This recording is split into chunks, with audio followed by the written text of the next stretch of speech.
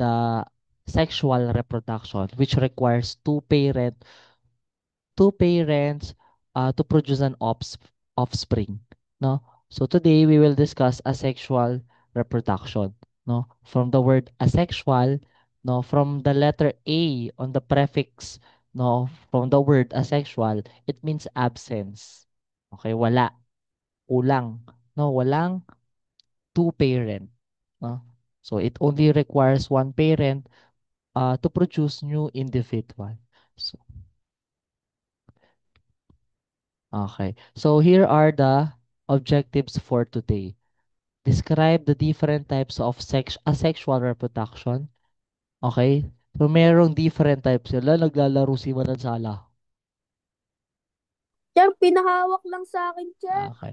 Okay, so merong different types of asexual reproduction. No, unlike sa sexual, 'di ba? Lagi lang ganon. Union of gametes, the egg cell and sperm cell. No, yun lang yun. Wala lang ibang type. Sa asexual, merong iba't ibang type kung paano sila nagpo-reproduce.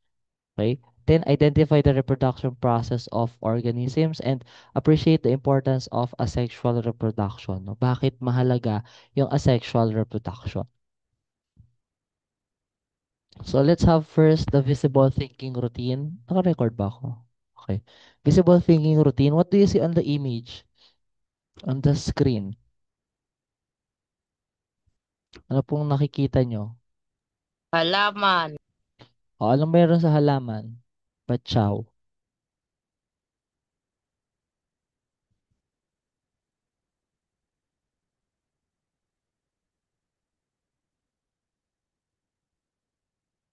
Ano meron sa halaman?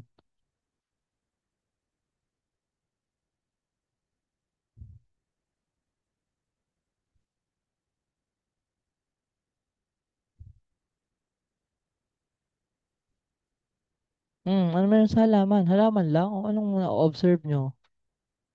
May tumutubo na strawberry. Strawberry! Okay, may strawberry. Very good, no? Nag-grow siya. Okay. Very good. So, kung mapapansin nyo dito, Merong bulaklak. ito yung stem niya, no? Stem niya to. So, sa stem niya, may tumutubong mga maliliit na halaman. No, may sarili ng ugat, may sarili ng katawan, may sarili ng leaf, no? So, pwede yang putulin tapos itatanim sa panibagong lupa. So, yung type na yon ng propagation ay isang uri na ng asexual reproduction. No, isang uri na po yun ng asexual reproduction. Nagparami na siya eh. Di ba? Reproduction means pagpaparami. So, nakapagparami na siya, no? How about this one? What do you observe here?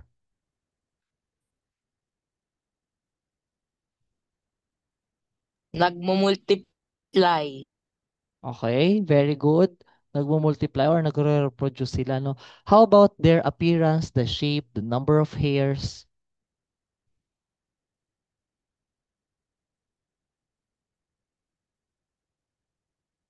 What do you observe?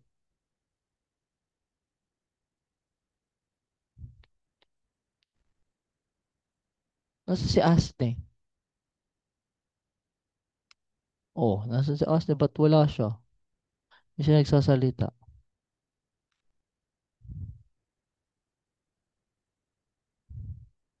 What do you observe regarding the 16 shape, yung the hair. color, the number of hairs? Anong meron? 16 yung hair. Okay. Oh, binilang 16. Oh, ano naman kung 16?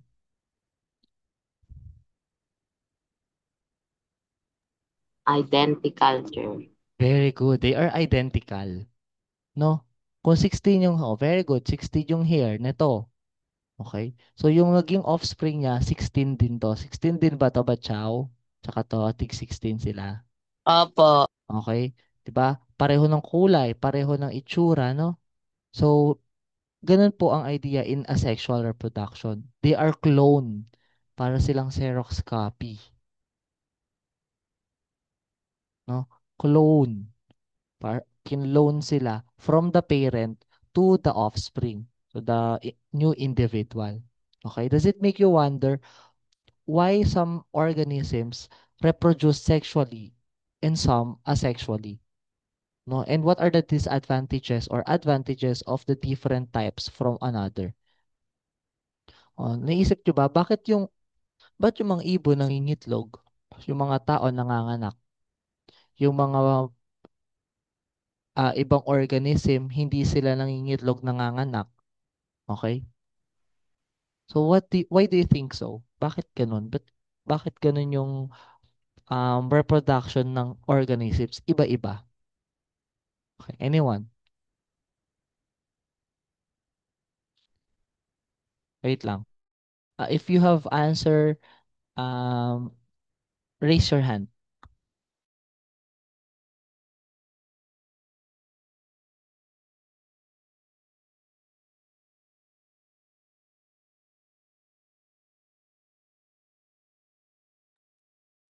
Okay, again, why do organisms differ in the types of reproduction? Yes, Estrada.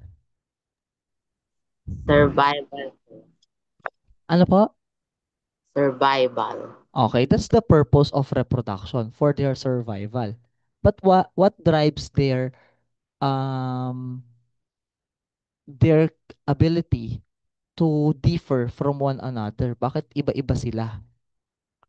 Of course, the main purpose of reproduction is to survive, for their species, their generation to continue. But why do they differ? What drives them to be different?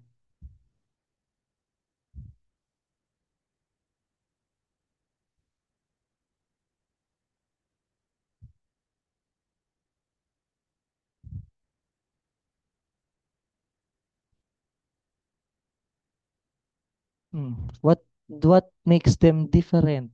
Ano yung nag-drive sa kanila? Kunyari, tayo, um, for example, yung mga cheetah, okay? Mga cheetah, mahaba yung legs nila kasi mainit dun sa area kung saan sila nakatira. So, their body needs to be um, away from the ground kasi yung ground, it absorbs sunlight. Bakit it absorbs sunlight? Because solid yun. No, mas matagal, nagtatagal yung init sa sahig. So, they evolve na magkaroon ng long legs para malayo yung katawan nila sa lupa para hindi gaanong mainit. No, same goes with the African people. No, 'di ba karamihan sa kanila matatangkad kasi mainit yung climate doon. So, in the same way, why do organisms differ in their type of reproduction? Ba hindi lahat ng tao same ng height? O hindi lahat same ng color? Bakit yung mga organisms hindi rin same ng reproduction type?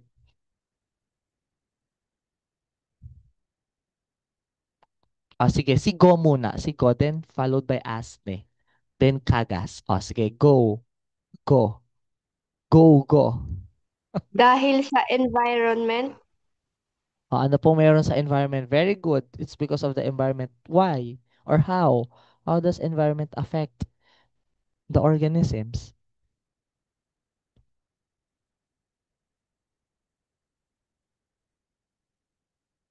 Sige, si Go, then Asne. Additional.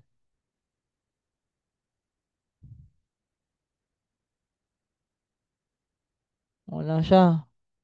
Si dahil sa Kagas. genetics magkakaiba.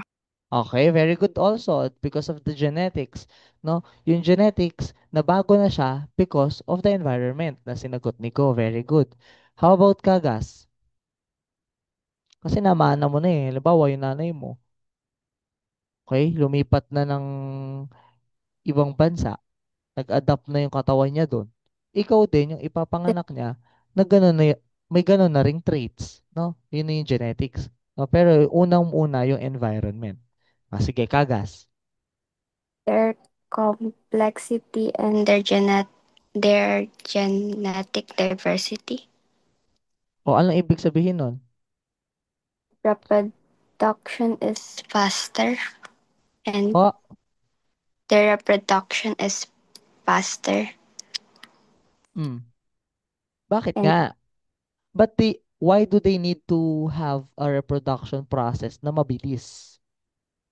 mm,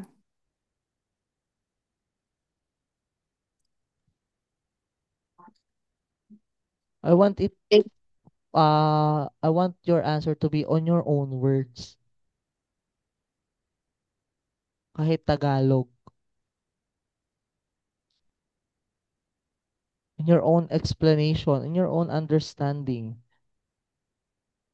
Oh, sige. Last, si they, Estrada. Siya yung last na nagtaas ng kamay.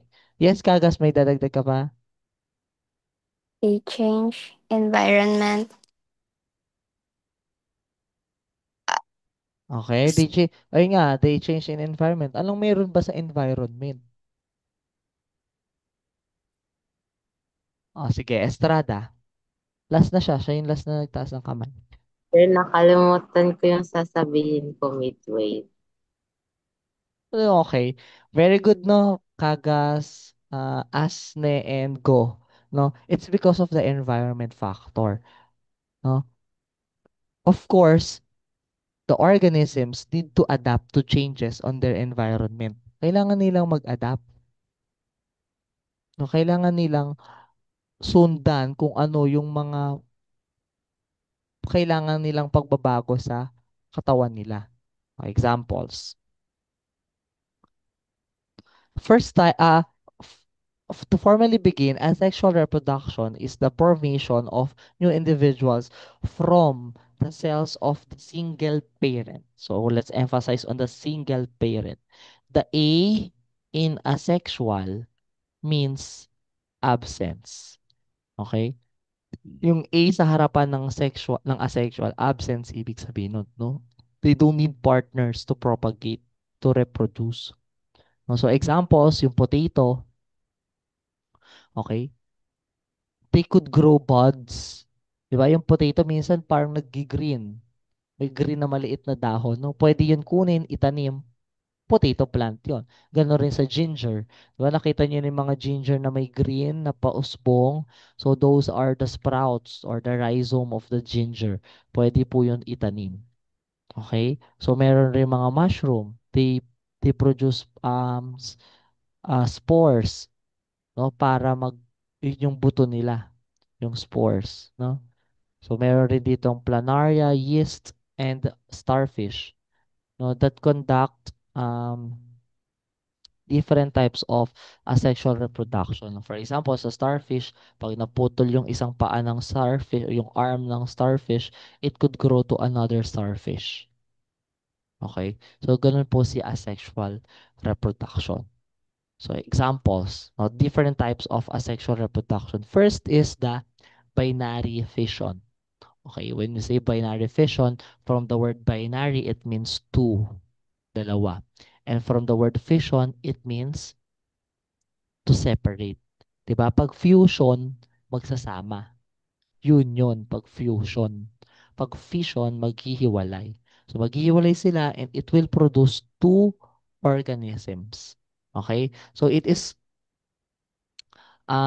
develops into new individuals which are the exact clones of the parents. So, kopya lang siya nung parent.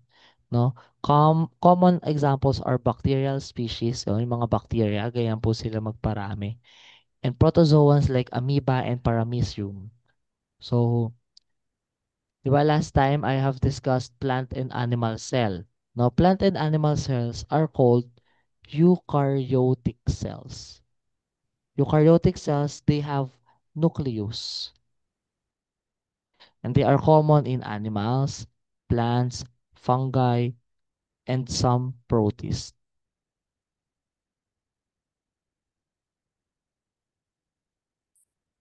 Okay? Meron rin namang mga prokaryotic cells. Now, prokaryotic cells, they do not have nucleus, and they are common in bacteria, and some protists. Okay? So, yung example po na nasa picture ay example ng bacterial cell. ang cell ng bacteria. So hindi po yan kagaya ng cell na pinag-aralan natin kasi yung pinag-aralan natin plant and animal ay eukaryotic. Ito prokaryotic. Okay? Mapapansin nyo wala silang nucleus. Okay? Saan nakalagay yung DNA? Okay? The DNA of the prokaryotic cell is suspended in the cytoplasm on a clamp, no, kumpol. And it is called nucleoid. Oh, nandiyan yung genetic information niya. Nucleoid. Okay? Then, another structure po, ang mga prokaryotic cells ay merong cell wall. Di ba nung nakaraan, plant cell lang yon. Okay. In eukaryotic cells, plant cell, oo, cell wall, meron siya. Pero yung cell ng lahat ng cell, meron rin ang bacterial cell or the prokaryotic cells, no?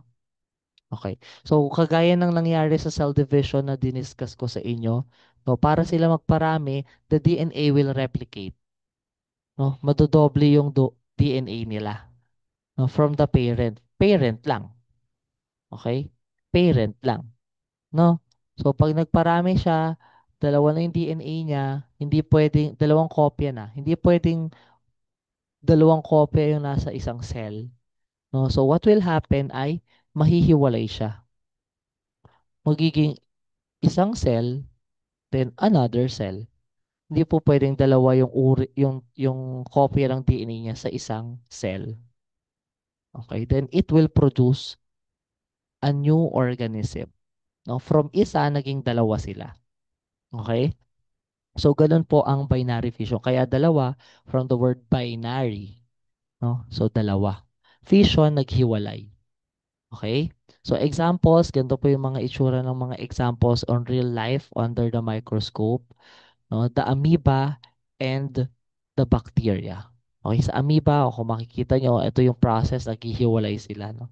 Then eventually, they are separated. They split apart. Then, mga bacteria naman, okay. So, yan rin. In the process of splitting together, splitting apart, no? To be separated. Okay? So, ganyan po ang itsura nila under the microscope. Okay?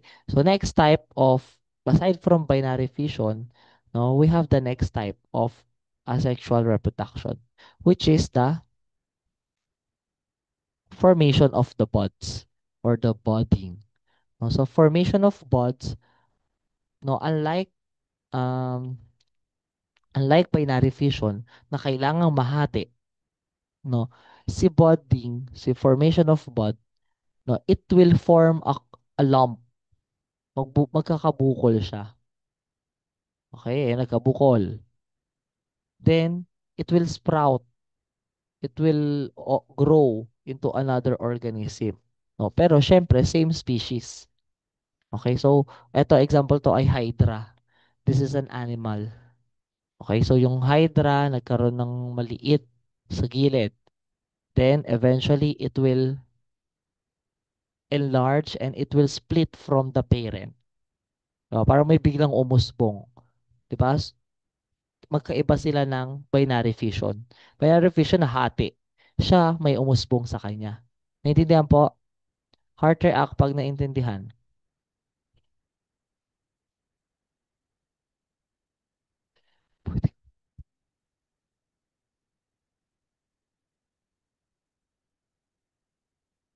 No? Magkaiba sila. Wait lang po.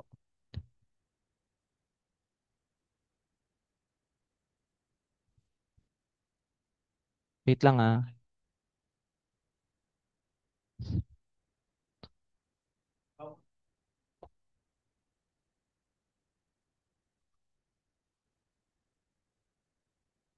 Okay? So, yun po ang itsura ng budding. So, the buds are formed or buds are lateral outgrowth. Ibig sabihin lateral sa gilid. No? Lateral outgrowth formed when food in the environment is abundant. So, ito yung example ng isang sinasabi nating meron sa environment. No? The food source is abundant, therefore, the hydra or the organisms will utilize, no, utilize the consumption of the food by producing another individual, no? Kasi kung kailangan pa nilang um, kung kailangan pa nilang mag-reproduce sexually, hahanap pa siya ng pair, hahanap pa siya ng partner para makipag-union ng gametes. 'Di ba? So matatagalan. Okay? So sayang yung food.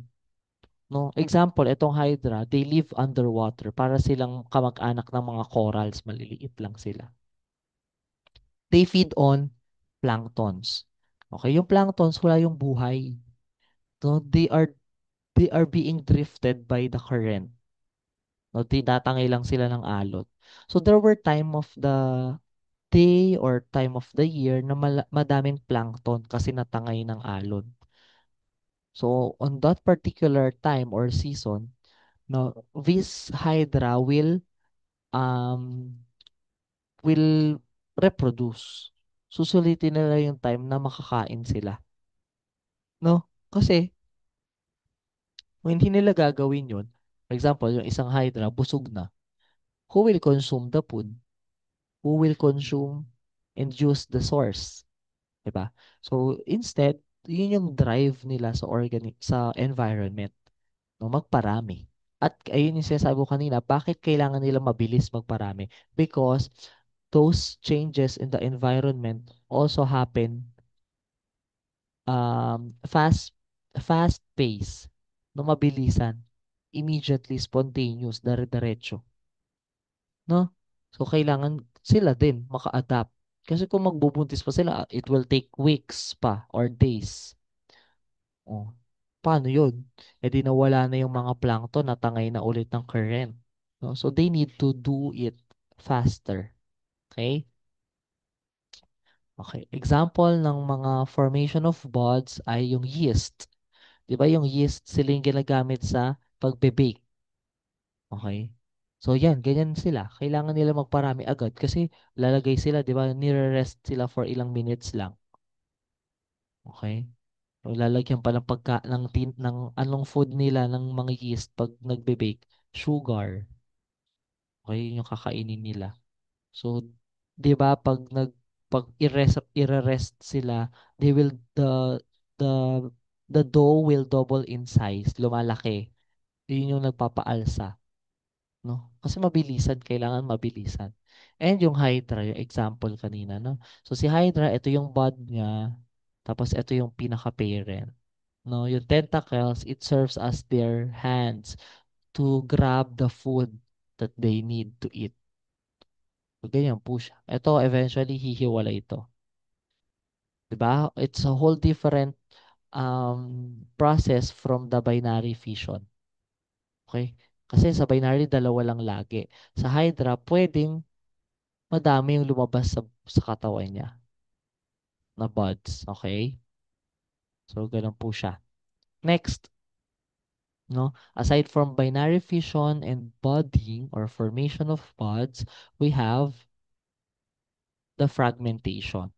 Okay? Fragmentation from the word fragments, no? It means pieces, piraso. Okay? This involves the breaking of any parts of the body into pieces. Magpuputol-putol. Okay? What drives them to be broken into different or number of pieces? Ano yung nagiging dahilan sa tingin nyo in their environment? Why do they need to be broken into pieces?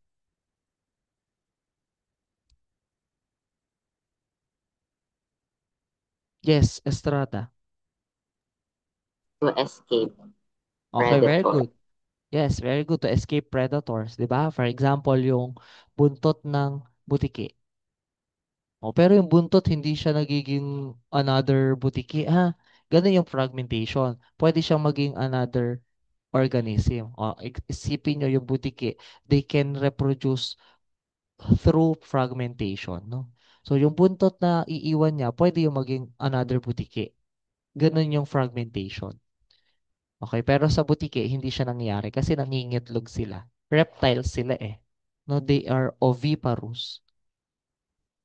Okay? So, in fragmentation, um, yung isang parte ng katawan, it will become another individual. No? And it is complemented by regeneration. Of course, kung naputol yung katawan mo, you need to regenerate first. Kailangan mong mabawi yung nawala. Okay? So, yun yung factor nila sa environment, bakit nila ginawa yun. No? To escape predators, o kaya, pinaglaruan ni Ibardalosa yung, ito tawag na planaria to eh. Para siyang flatworm. Okay? For example, si Ibardalosa, pinaglaruan niya yung ano, pinaglaruan nila ni Salvador tong planaria. Ginupit nila. Okay. So, sa paggupit nila, hindi nila alam, hindi namamatay yung planaria pag ginupit. Instead, dumami pa sila. No? Yung ulo, ito head to. Ito head, ito body, ito tail. Okay. So, anong nangyari, yung head, tinubuan ng katawan at ng buntot. So, naging ganito. Yung body, tinubuan ng head, tinubuan ng tail, naging ganito. Tapos yung tail naman, tinubuan ng body, tinubuan ng head, naging ganito. Okay? So, dumami sila. No? This is the development of the cut body part into a complete organism. Fragmentation. Yun, no? Ano pinagkaiba niya sa regeneration? Okay. In regeneration, you regenerate yung nawala. Okay? Hindi ka nakabuo ng another organism. Mapapalitan lang yung nawala. Unlike dito, completely nabuo. Okay? For example, process of regeneration. Okay? Alam niyo yung ano? Alam niyo yung axolotl? Opo. Diba? A type of salamander na they can regenerate. Okay? For example, yung axolotl, they cannot perform fragmentation. Hindi nila kayang gawin yon. Ang kaya lang nila, regeneration. Okay? For example, si axolotl, naputol yung braso. Okay? Nung naputol yung braso ni axolotl, yung braso na natanggal, mabubulok na yon. Okay? Ano lang mangyayari? Si axolotl, putol yung braso, tutubo yung braso. That's regeneration. Thumbs up po Alam kung ba yun? naintindihan. Thumbs up po naintindihan ang regeneration.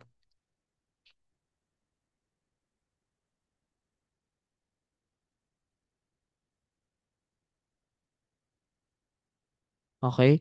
Pag fragmentation naman, axolotl, naputol yung braso, tumubo yung braso. Yung naputol, naging axolotl ulit.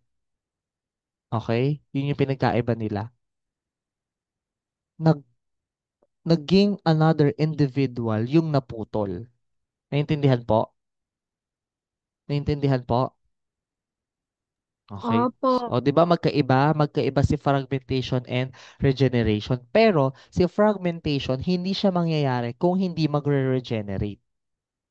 Okay? O, halimbawa, yung braso na naputol, naging axolotl. Paano siya magiging axolotl? Eh, braso lang siya. So, magre-regenerate. Babalik yung magkakaroon ng sariling braso, magkakaroon ng sariling ulo, magkakaroon ng sariling buntot. No, regeneration pa din yun. Naintindihan po? Okay. So the process of um, regeneration has 4 stages. Wait lang po, wait lang.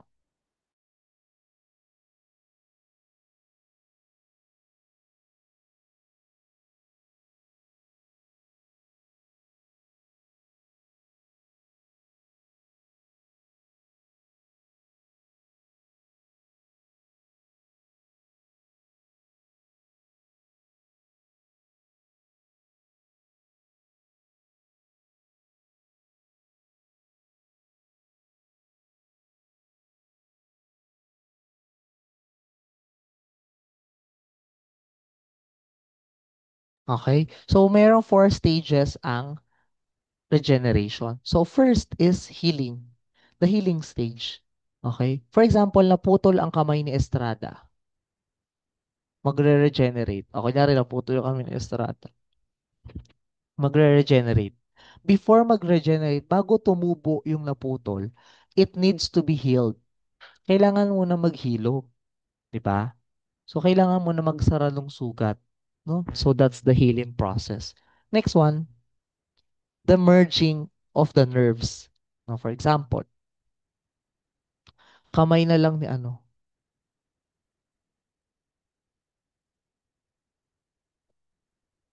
Wala si Dodge. Meron kamay na lang ni Sumagayan. Okay?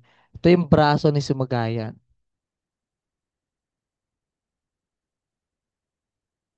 Okay, braso ni Sumagayan yan. Then, syempre may ugat yun. Tama ba? May ugat ba braso mo Sumagayan? Okay. Opo. Opo, syempre. Okay, may ugat. Pinutol ni Manansala. Nainis siya, pinutol. Ang ingay mo, ang gulo-gulo mo. Pinutol ni Manansala. Bugs, putol. Okay? So, nabali na. Tanggal na yung braso ni Sumagayan. Okay? So, it will be regeneration lang to ha. So, yung natanggal na braso, mamamatay na, mabubulok na yon, itatapon na yon. Okay? Ililibing. Yung iba nililibing. Di ba yung mga pinutulan ng paa? Nang inamputate yung legs kasi may diabetes. Yung iba nililibing yun. Okay? Yung iba sinusunog. Ganon. So, yung kagaya nun, yung paang yun, hindi naman naging another tao. 'Di ba? So, paa lang siya. Nabulok na lang siya, nasira na lang siya, no? So, ngayon, yung naputol in regeneration lang to ha, yung naputol na braso ni Sumagayan, wala na yan, bugs. Okay? Then, ano kailangan sabi? First step is healing. So, kailangan niya mag-heal. So, mag-heal muna, magtatakip muna yung sugat, nag-heal. Then nerve merging. Yung mga ugat magiging magkaruktong na ulit. Bakit important yung nerve merging? Pag hindi po nag-merge yung nerve, tutulo yung dugo. Okay? The nutrients na nakukuha ng organism, masasayang. Kasi lalabas ng lalabas. So, it needs to be closed. Yung mga ugat rin, it needs to be closed. Kailangan sarado. Okay? Then, the next step is structural regeneration. Ito na po yung pagbalik nung naputol na parte. Structure, part siya, parte. So, babalik na. Okay, bumalik na yung naputol na part ni Sumagayan. So, pag nakabalik na yung part na yon, then it will function. No? Functional regeneration. Gagana na ulit. Okay? Hindi pwedeng mauna yung functional kaysa kay structural. Ano yung gagana kung walang structure, kung walang part, 'di ba? So kailangan po bumalik muna yung part. Syempre pag bumalik na yung part ng kamay mo, 'di ba? Hindi naman agad-agad magagalaw mo. O 'di ba? Naranasan niyo nang matulog tapos naipit yung braso. Tapos pagising mo hindi biglang bumabagsak ganun. Naranasan niyo na 'yon? Yung bigla na lang bumabagsak na gano'n, hindi mo magalaw, ang bigat. Hahawakan mo para magalaw mo. Okay? Kasi naipit yung dugo. So yung dugo hindi nagstay siya sa kabilang side lang, hindi nakadaloy. So hindi mo magalaw yung kamay mo. O di ba? Then eventually mangyayari yung functional regeneration. Ano mangyayari? Dadaloy ulit yung dugo pag after some time tapos mangingimay, di ba mararamdaman nyo parang kinokuryente. So, yun. Pag bumalik na yon, pwede mo na ulit ma-function, magalaw. Okay? Heart react nga ako naiintindihan po.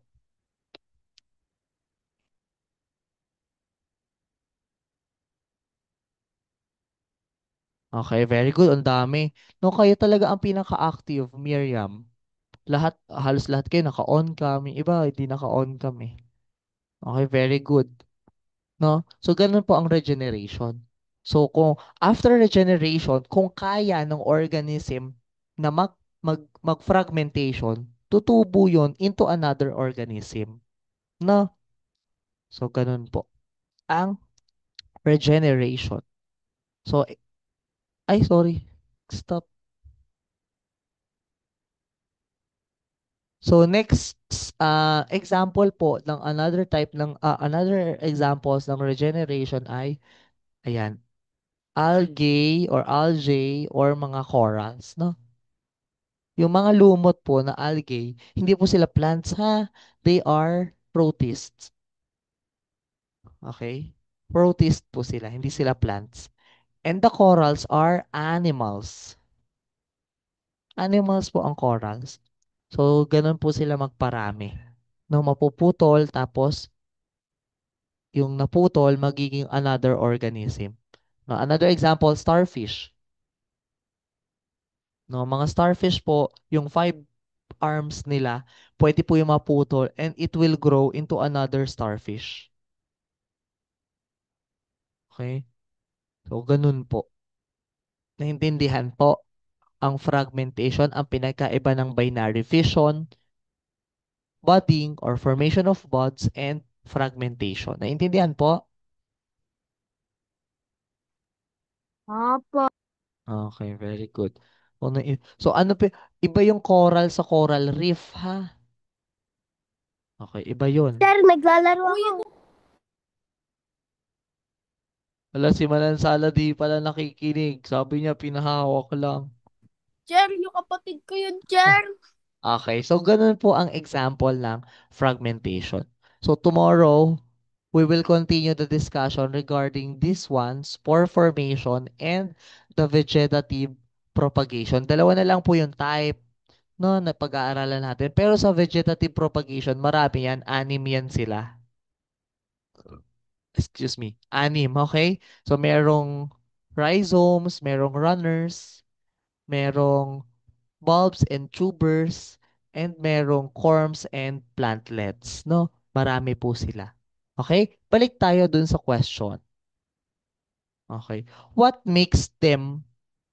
drives these organisms to have a different type of reproduction? Again, based on the discussion, bakit po iba-iba sila ng type of reproduction? Bakit yung iba naging asexual, yung iba sexual, tapos sa asexual, hindi lahat binary fission. Yung iba pa, fragmentation. Yung iba pa, budding. Yung iba, ganito. Yung iba, ganyan. Why?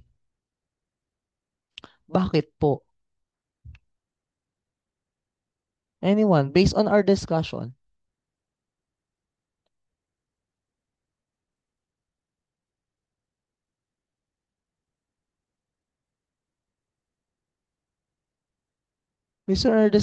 why does organisms differ on the types of their reproduction?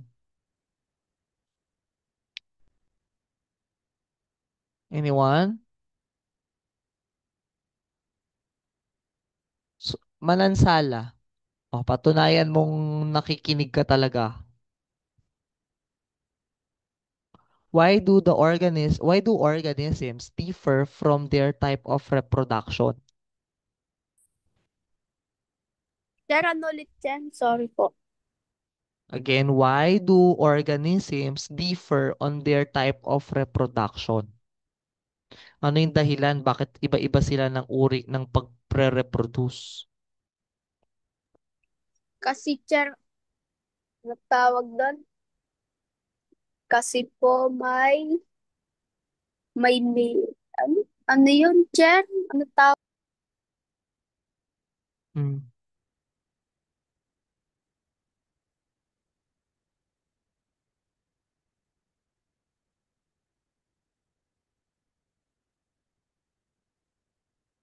Yes, Abadilya ba to?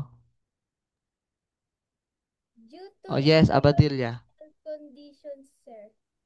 Ano na? Ulit. Due to environmental conditions. Okay. Example ng environmental condition.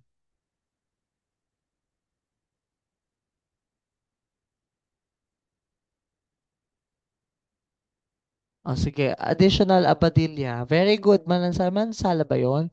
Parang naka-off kasi yung ano niya, itsura niya. Oh, sige. Abadilya, you may open your mic.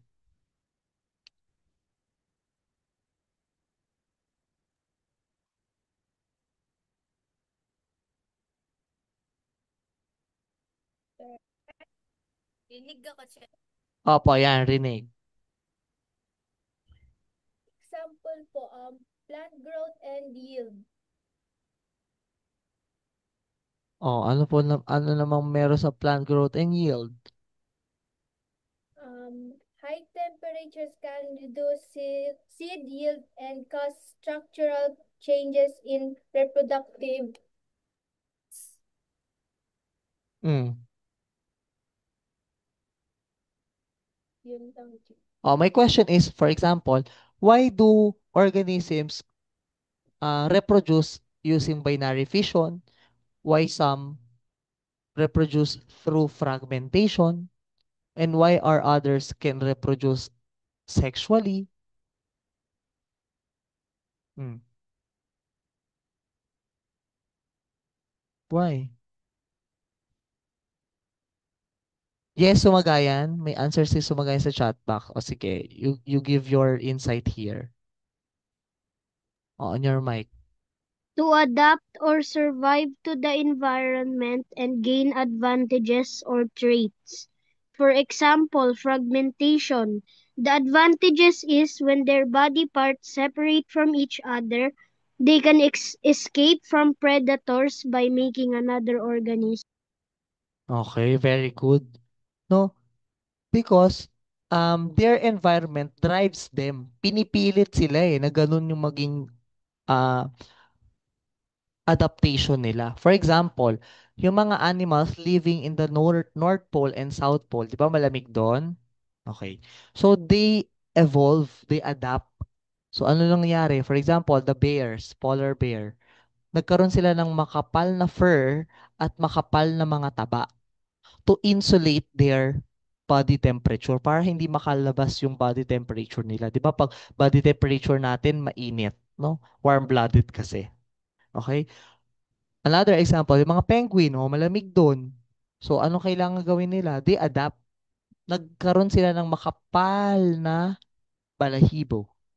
So ganun po ang ginawa ng mga organisms, no? For example nga, um, yung sa food source sa mga hydra, so hindi araw-araw maraming plankton. So they adapt. Kailangan nilang mabilis magpa-reproduce para makain yung mga plankton. Kasi kung hindi sila mabilis mag-reproduce, masasayang yung food source, no? Tsaka it is way of survival na rin. Kailangan nilang maging marami rin for their survival, no? So that's the natural instinct of the organisms. They need to survive. They exist to survive. Nabuhay sila para mag-survive. No, 'di ba? Meron nga sa mga balita yung tatay wala nang mapakain sa anak, nawalan ng trabaho. Kailangan nilang mag-survive, kailangan kumain ng anak. Anong ginagawa? No, kahit hindi na maganda, wala na siyang choice nagnanakaw. 'Di ba? Yung nagnakaw ng corn whip sa 7-Eleven, no, nakulong, no? So kasi they need to survive, no? Example,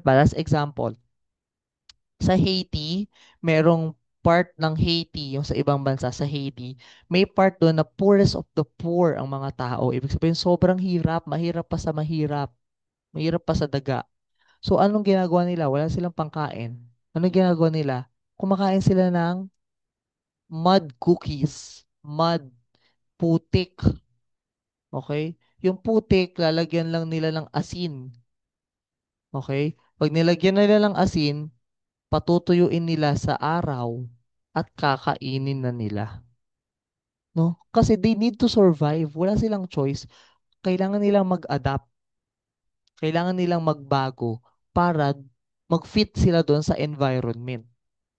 No? Kaysa lumipat sila ng ibang tahanan na uncertain pa.